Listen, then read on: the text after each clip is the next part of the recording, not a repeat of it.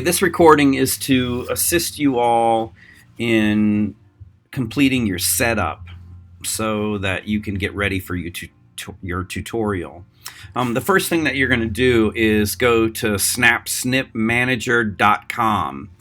When you go to SnapSnipManager.com, it's going to ask you for a login.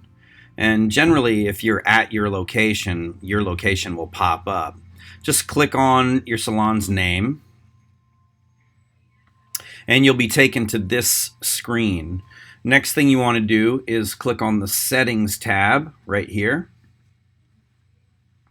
And then the first thing that you want to do is set up your permissions for each team member. Permissions are essentially security that allow access to the ecosystem. So you want to limit access to particular screens, like setting up your services and adding or subtracting team members.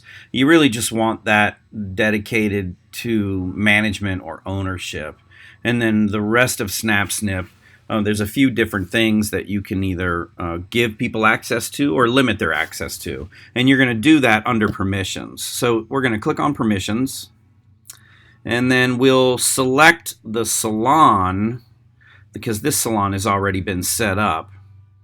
So here you'll notice Mystic Salon and Spa, and you can see that this is essentially the front desk or ownership, and they have permissions to access everything, all 5 categories. And so you'll want to make sure that when you set SnapSnip up that you at least have one employee that has access to everything. Otherwise, you won't be able to see the entire ecosystem or change access for other individual employees. And so this is the login, but we'll just pick another team member. We'll pick Audrey to start with. And you can see Audrey has access. She can see snaps not referred to anyone. But she can't edit salon info. She can't edit services. She cannot edit team members, meaning add or subtract people.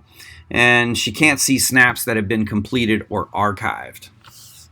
At Blow, we give people access to completed or archived snaps, and the reason why we do it is so in case there is an adjustment service required, we can look back on the snap to see how it was assessed, to see any notes that were made between stylists communicating about it.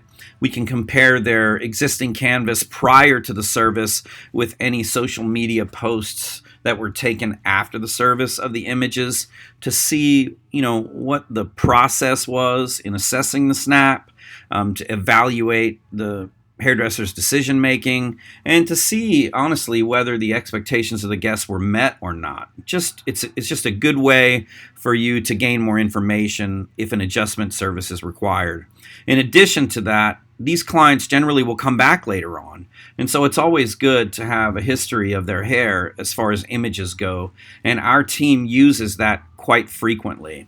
So I'm going to recommend that you set every stylist, matter of fact, every team member up with access to archive snaps and snaps that weren't referred to anyone specifically.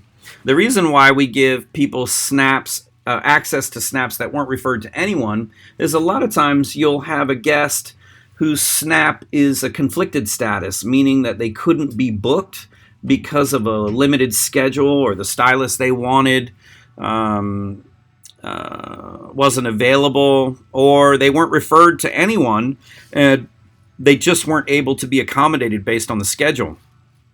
If stylists have access to this, they can let the front desk know that, hey, I'd come in for that, or I'd come in on my day off for that color correction. And if they don't have access to seeing them, then they won't be able to make those decisions. So this is how I recommend you set every single employee up with the exception of management.